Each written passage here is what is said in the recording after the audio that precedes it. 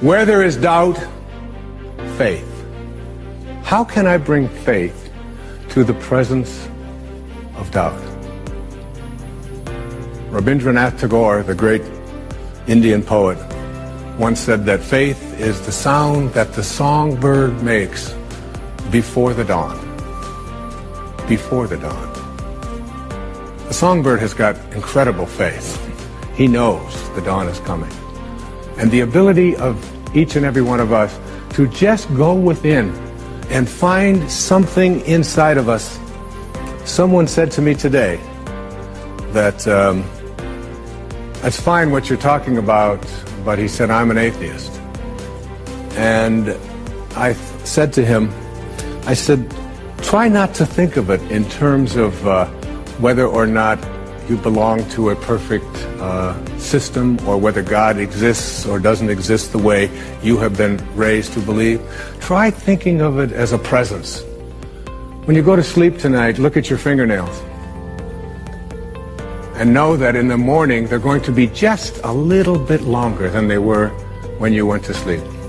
That there's a force in the universe that is everywhere. And this force doesn't grow your fingernails and stop yours from growing. This force doesn't allow your hair to grow. Well, that's not a good example. This force doesn't beat your heart and not mine. There's one force, one power in all of the universe, and it grows our fingernails, and it beats our heart, and it aligns the planets, and it opens every flower every morning, and it is this universal one song, universe, one song that connects everything in the universe. It is a way of looking at the world from a spiritual perspective. Where there is despair, said Francesco, let me send hope. Michelangelo once responded, he said, the greater danger is not that our hopes are too high and we fail to reach them. It's that they are too low and we do. I do talk radio across the country all the time. And people will call in with a disease that has been diagnosed as terminal.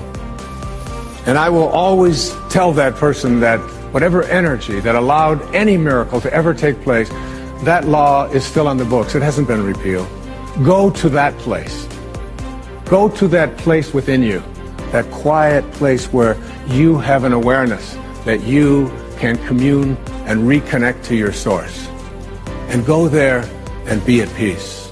Find that inner joy, that inner island, that inner Tahiti that Melville described, that allows you to know that I am not going to have despair. I'm going to have hope. Where there is darkness, light. And I've spoken already about this whole metaphor of darkness and light. One of the most beautiful quotes from Ralph Waldo Emerson, Ralph, who sat right there, he said, there is no object so foul that intense light will not make it beautiful. And so often our thoughts are of darkness. So often at night, sometimes people they'll lie in their bed and they won't have any light in the room, and their mind will go into all of the fears and all of their worries and all of the stress. And I tell people, turn the light on. Bring light. Literally bring light to that presence. Because in the daytime, when the sun is up, when you're out in the light, things just don't seem the same as they do in the darkness, do they? And it's that light, that bringing light to the presence of darkness. Light is a higher and a faster energy. Bring that energy to the presence of that lower and slower energy called darkness. And it is nullified. It can't survive, nor can hate, nor can anger. Perfect love, it says in the scriptures, perfect love casteth out all fear. Fear cannot exist in the presence of love. And sadness cannot exist in the presence of joy. Just as you become what you think about all day long, so too do your relationships become what you think about. Your life and all of the relationships within it are all purposeful. Generally speaking, the quality of our lives is pretty much related to the quality of our relationship to the people in our lives. And To add a piece to the equation, our relationships reflect how we relate to ourselves. That's right, to ourselves. When you cultivate the awareness of your body, mind, and soul as one, and experience unity within yourself, you are then ready to share this sense of wholeness and holiness with others. And this is where your relationships come in. When you have love for yourself, that is what you have to give away. What is inside you gets there by way of your thoughts. If you harbor hate, hate is what you give away. If you harbor self-contempt, contempt is what you give away. If you harbor love and compassion is what you give away. Your relationships travel the same course you do. If you learn through suffering and questioning why things were not working out, as I discussed earlier, then your relationships also suffered. If you followed the path of outcomes and began to see that there were lessons to learn in life, then your relationships also reflected this pattern. And if you've gone to purpose and have your life on purpose, your relationships will also reflect this position in your life. Remember, purpose is about giving. Let's take a look at the core ingredient of a relationship that is on purpose, and then examine some specific methods for getting there. At the center of a purposeful relationship is love, but it is more than simply being able to say the words, "I love you," for the words are used by people who also berate and harm each other on a daily basis.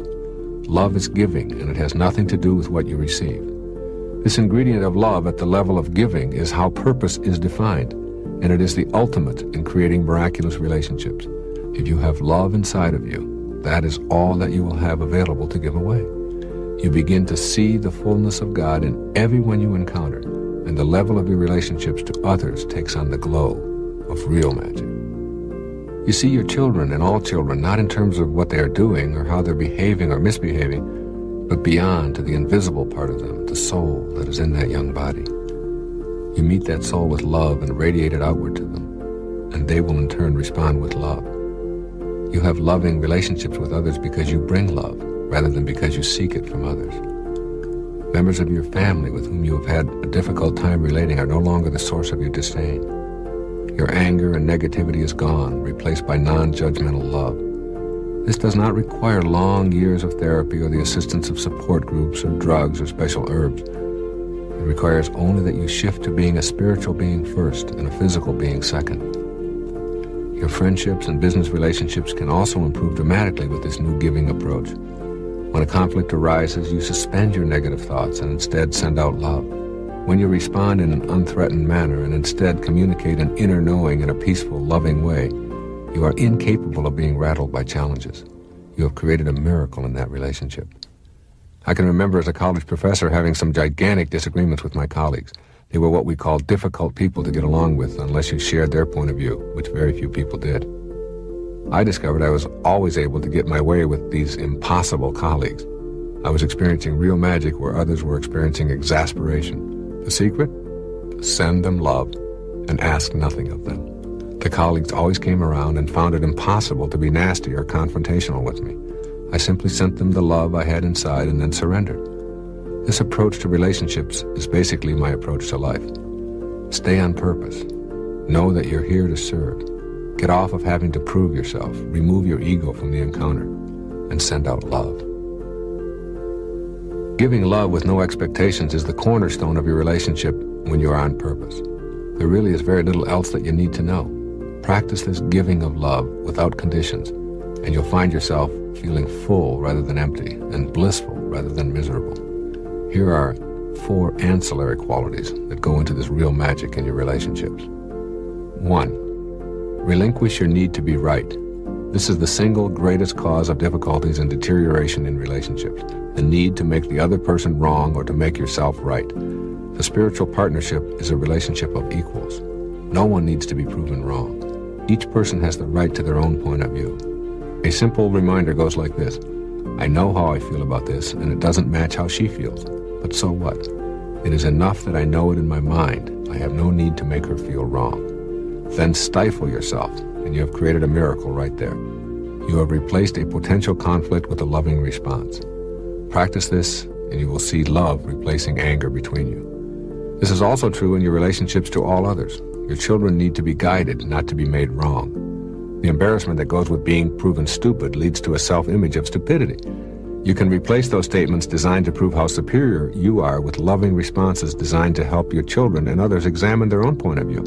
This can be applied in business, with strangers that you meet, in disputes with your neighbors, in virtually all human relationships. 2. Allow space. Let there be space in your togetherness.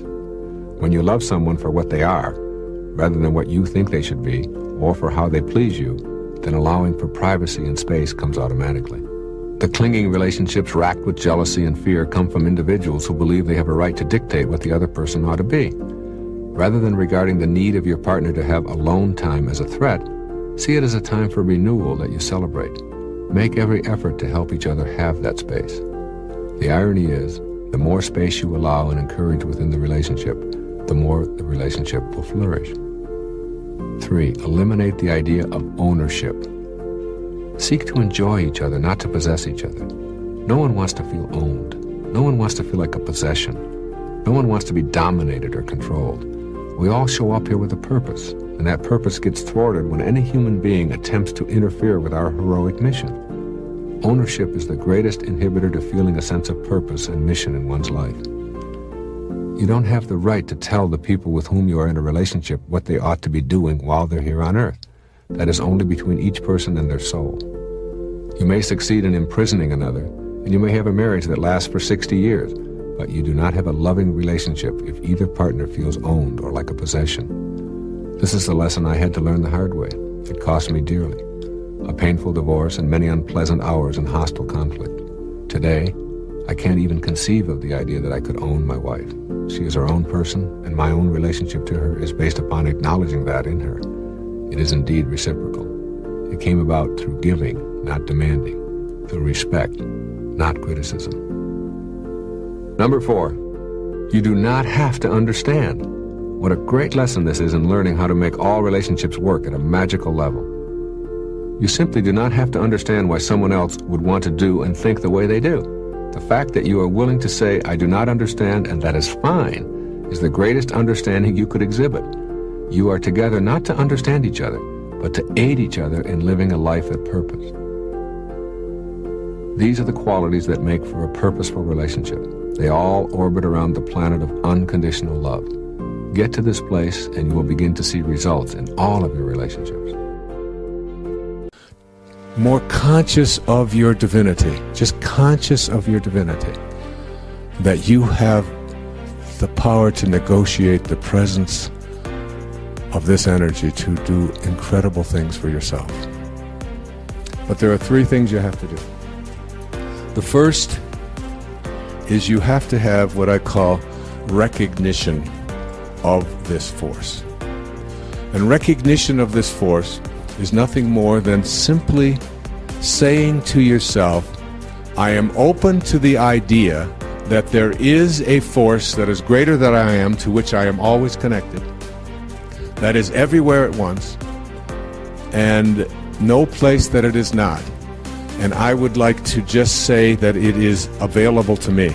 Just, you don't have to have proof of it. You don't have to have anybody confirm it. It is just simply an awareness that it exists.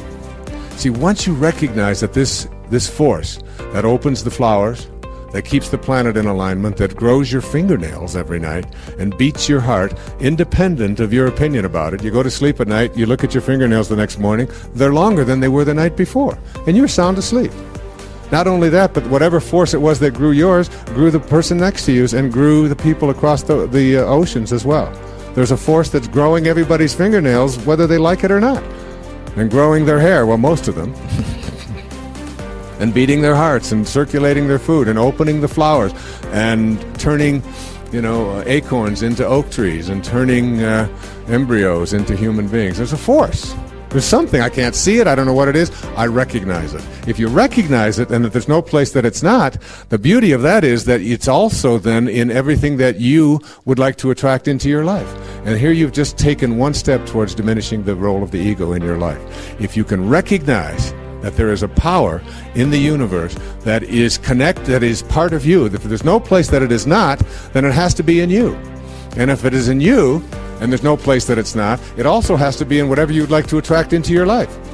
So all you have to say is, I'm already connected to that which I would like to attract into my life. That what you want wants you. All you have to do is somehow figure out a way to realign your inner intention and recognize, I am not separate from it. I am connected to it. It just hasn't shown up in my space yet. But I'm already connected to it. That's a very powerful insight. That's why people at higher levels of consciousness can manifest, because there's no delay between what they put in their attention on and having it show up. That's why the gift of fish and loaves is the ability to see hungry people and to think food, and it shows up. And even the least among you can do all that I have done. It's all within you to be able to do that. So that shifting takes place first and foremost with the recognition that there is a force, there is a power. That's how you treasure your divinity. The second thing that you do is what I call realization. And realization is the time in your life when you stop telling yourself that I believe this or don't believe this on the basis of what somebody else says or does. It comes from my own personal direct experience. It's the only thing I will rely upon. I will not rely upon the written word. I will not rely upon the spoken word. I will not rely upon someone else out there telling me that this is what God is or how it works. I will rely upon the realization of it through my own direct conscious experience.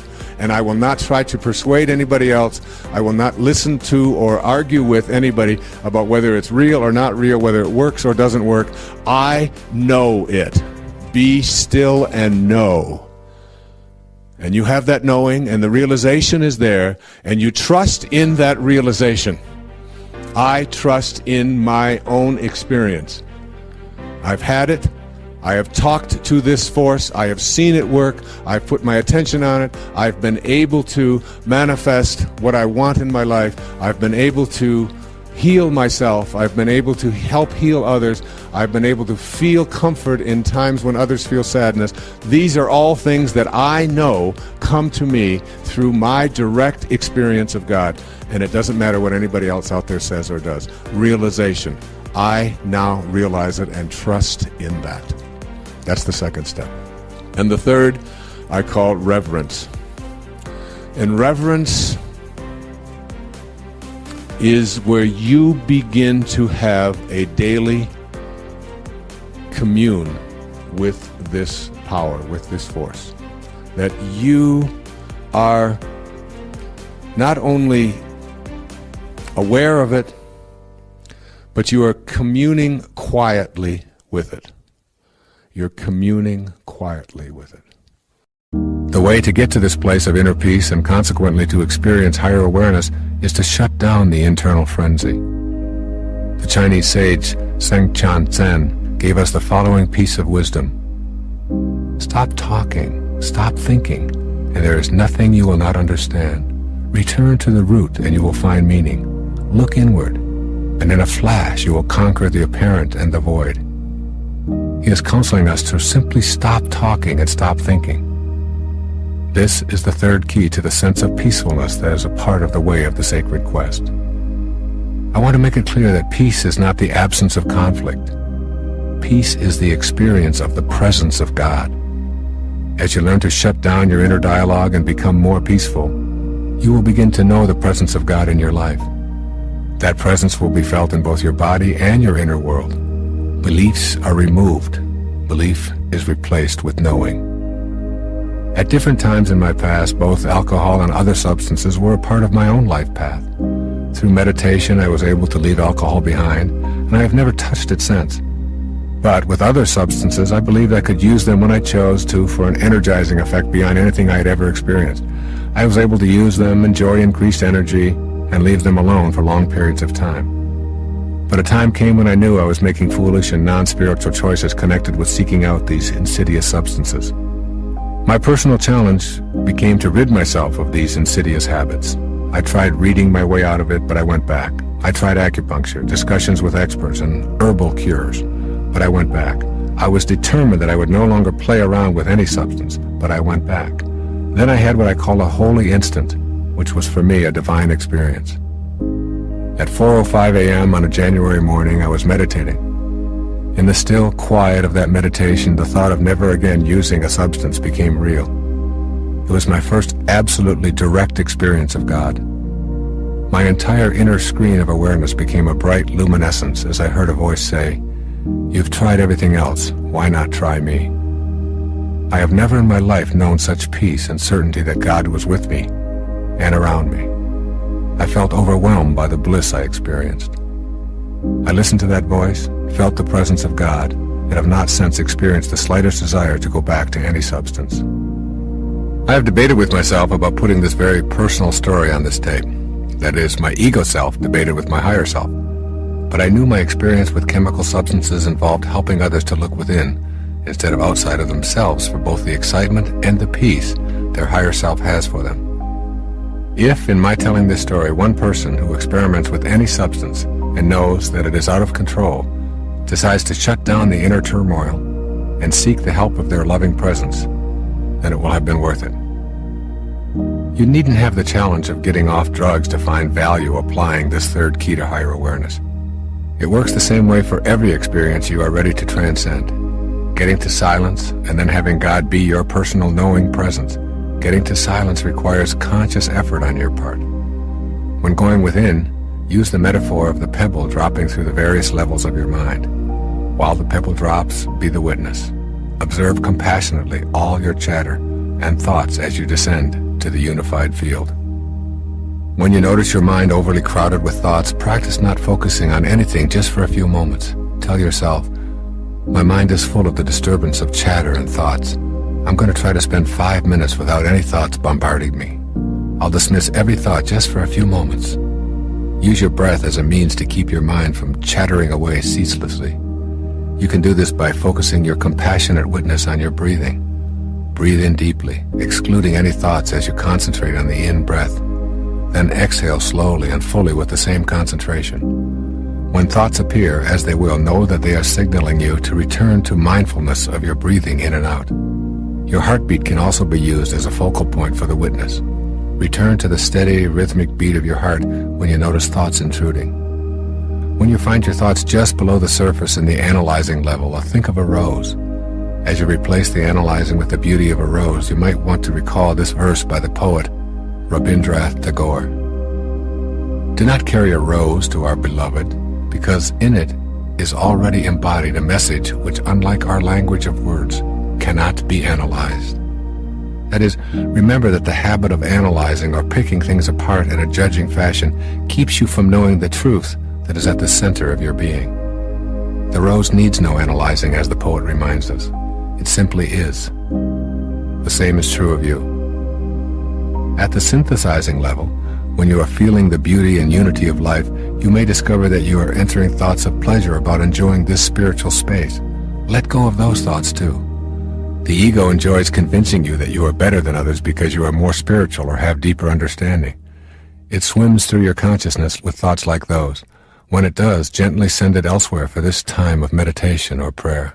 To understand that you have a higher self and to know it and be aware of it is one thing, but to trust in it is quite something else. And the ways to put this principle into practice are, first of all, to keep in mind that you cannot go to a higher ground if you're hanging on to a lower level. That in order to get yourself to a higher place, a place of trust, you have to somehow recognize that all of the stuff that's going on in your life in a lower place is something you have to let go of. You have to trust that when you do let go, you're not going to be falling into the abyss. And I would recommend that you take a real rebellious attitude toward the philosophy which preaches that you are not connected to the divine energy, that somehow this force that has many names is something that is outside of you, and you're not deserving of it. Until you know that you can trust in it, you can't use it and acknowledge it in your life. One of the things to do to practice this trust is to take the most serious problem that you have and turn it over to God. Affirm to yourself, I would like to show my trust in the divine force by simply turning my problems over to your divine hands. I can remember doing this with some of the things that I really struggled with at one time in my life, things that I just thought I couldn't get past. I remember going through relationship difficulties. times. I remember going through problems with drinking and things like this, where it just seemed like I wanted to get past it, and I just didn't know quite what to do. I can remember times when I would be stuck in my writing and not sure whether I could, and I would just stop and I would just say, all right, I'm going to turn this over. I'm going to trust. I'm going to trust. I'm going to surrender. And this concept of surrender is very, very important. So when you do this, it's just that simple act of getting down on your knees and staying there on your knees and just say, okay, I'm going to turn this over to something that is higher within myself. And the ego seems to go away, and the solution seems to be there for you. The presence of complete trust is evident in your life when you start to think and feel and do are all balanced and they're all in harmony. This is called congruence. If you're congruent, your thoughts and your feelings and your behavior are all in harmony. If you're incongruent, you have one thought about, gee, I'd like to be able to do this, but then you feel another way about it, and then you act in a completely different way. And this is the cause of most of the struggles in our life. And it's also the thing that impedes the free flow of the divine force into your life. You have to trust in yourself. When you're trusting in yourself, you're trusting in this very wisdom that is the source of your life. And when you are congruent within and are feeling congruent, you are also beginning to act congruent. So work on congruency and look at the areas in your life in which you feel yourself to be incongruent. What do I think about this, and how do I feel, and how do I act? And try to bring them into harmony, and you'll start accessing this trust that is absolutely essential to the manifesting process. And of course, as always, you have to begin a meditation practice of contemplating the supreme principle which is beyond the pettiness of this world. And as you meditate and go within and you make conscious contact with God, God isn't something that you know about any longer. God is something that you know directly and personally. And once you have this direct conscious contact, this knowing, then trust is not anything that you'll ever have to work on again. You'll have the knowing, you'll have banished the doubt. In your silent moments of prayer, I would recommend that you're not afraid to ask for help, because what you're asking for is a more direct communication and dialogue with God, which is, of course, a part of what you are already in the first place. So that God is not this giant vending machine in the sky who's dispensing goodies to you, but God is a part of you that you are in dialogue with, and you ask for that, and you'll find yourself achieving it. I'd also recommend that you practice a 2 or 3 day regimen of just having unconditionally loving thoughts and nothing else towards one particular person in your life, whoever that might be, maybe one of your children or your in-laws or one of your spouse, or maybe someone you're struggling with or having a difficult time in communicating. And just practice, say, for this day and this day only, I am going to practice everything, no matter what they say or how they say it. I'm just going to respond internally with unconditional love. I'm not going to allow any negativity there. And watch how that relationship changes. Remind yourself that love transforms, that unconditional love is healing, that it heals the body and it heals the mind. And if you have this kind of approach to your life and don't put conditions on it, then you'll find yourself feeling much more peaceful, and you'll sleep better, and you'll enjoy your friends and neighbors more, and your prosperity will increase, because unconditional love is the same as having peace within yourself. Remember, the opposite of love is really fear. Every time you experience fear, ask yourself, what's going on that I've substituted fear here for love in this moment? And the fear that we have that we're not complete, or that we're alone, which is the number one fear that all human beings seem to suffer from, is that the fear of being alone. Once you've transcended that fear of being alone, you begin to recognize you're never alone. You always have divine guidance. You're always connected to this divine principle that is universal. That means it's everywhere, which means there's no place that it's not, which means, of course, that it's within you. So you substitute that fear when you accept unconditional love into your life. It goes away. I want to read you just a few things from the Wahoo Ching, and this is all about meaning. Dissolving the mind is a matter of not doing. Simply avoid becoming attached to what you see and think. Now, this is one of the most important lines in the Wahoo Ching. Relinquish the notion that you are separated from the all-knowing mind of the universe. relinquish the notion that you are separated from the all-knowing mind of the universe, which is what I spoke about with the ego. You've got to relinquish that idea. The all-knowing mind of the universe, God, is not only something that you are connected to, it is something that you are. Carry that inner vision around. The idea that you could somehow be separated from God is a complete and total illusion. Then you can recover your original pure insight and see through all illusions. Remember, because clarity and enlightenment are within your own nature, they are regained without moving an inch. This is really powerful. I always go back to remind myself of that. Because clarity and enlightenment are within your own nature, they are regained without moving an inch. Now here's the big kicker from the Wahoo Ching. If you correct your mind, the rest of your life will fall into place. That is, all of your addictions, all of your overweightedness, all of your poisons, all of your pain, if you correct your mind, everything else will fall into place. The 23 pounds that I took off in 29 days, I attribute to not eating sugar, and I wanted to talk about that here when we talked about returning to your original nature. I think it's because I corrected my mind. See, if you correct your mind, that's when you know when you're over an addiction. One of my favorite people that I've come to know is President Reagan's daughter, Patty Davis. You knew it wasn't the others, didn't you? Those of you know about it. I mean, she's the scurvy elephant. And she was a cocaine addict, severe. And she wrote an essay in Newsweek magazine about how she quit cocaine. And she said she tried everything. She tried not disappointing herself. She tried not disappointing her father, who was the president of the United States. She tried not disappointing her mother, but her mother was always disappointed in her, she said. And then she said, I finally got to a place in my life, and that was the conclusion of it. And I took this out and I sent it to my daughter, who has struggled with drugs, and she read it to everybody in the unit that she was staying in at the time. She said, I finally decided that I no longer wanted to disappoint God. Now remember, I'm not talking about God in a religious context here, in the sense of this is a specific religion that has been handed to you. She might just as well have said, I no longer wanted to disappoint the highest place that I am, my highest self. I didn't want to stay misaligned any longer.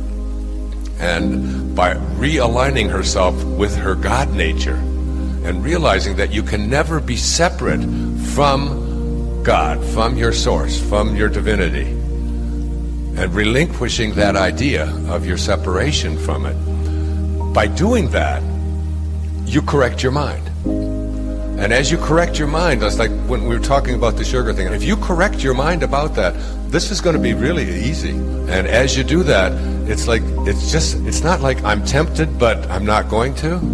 It's like the temptation is gone because you're home. You're back home. You're in the place of well-being. Make me an instrument, if you want to pray, of thy well-being. And of thy well-being, that from which I originated. Okay, so, more important than that, if you correct your mind, the rest of your life will fall into place. This is true because the mind is the governing aspect of a human life.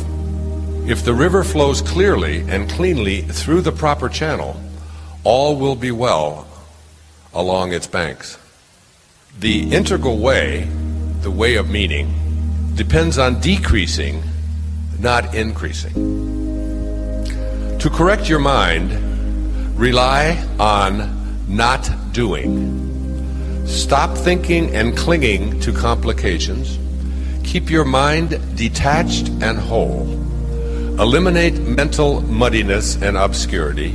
Keep your mind crystal clear. Avoid daydreaming and allow your pure, original insight to emerge. Quiet your emotions and abide in serenity.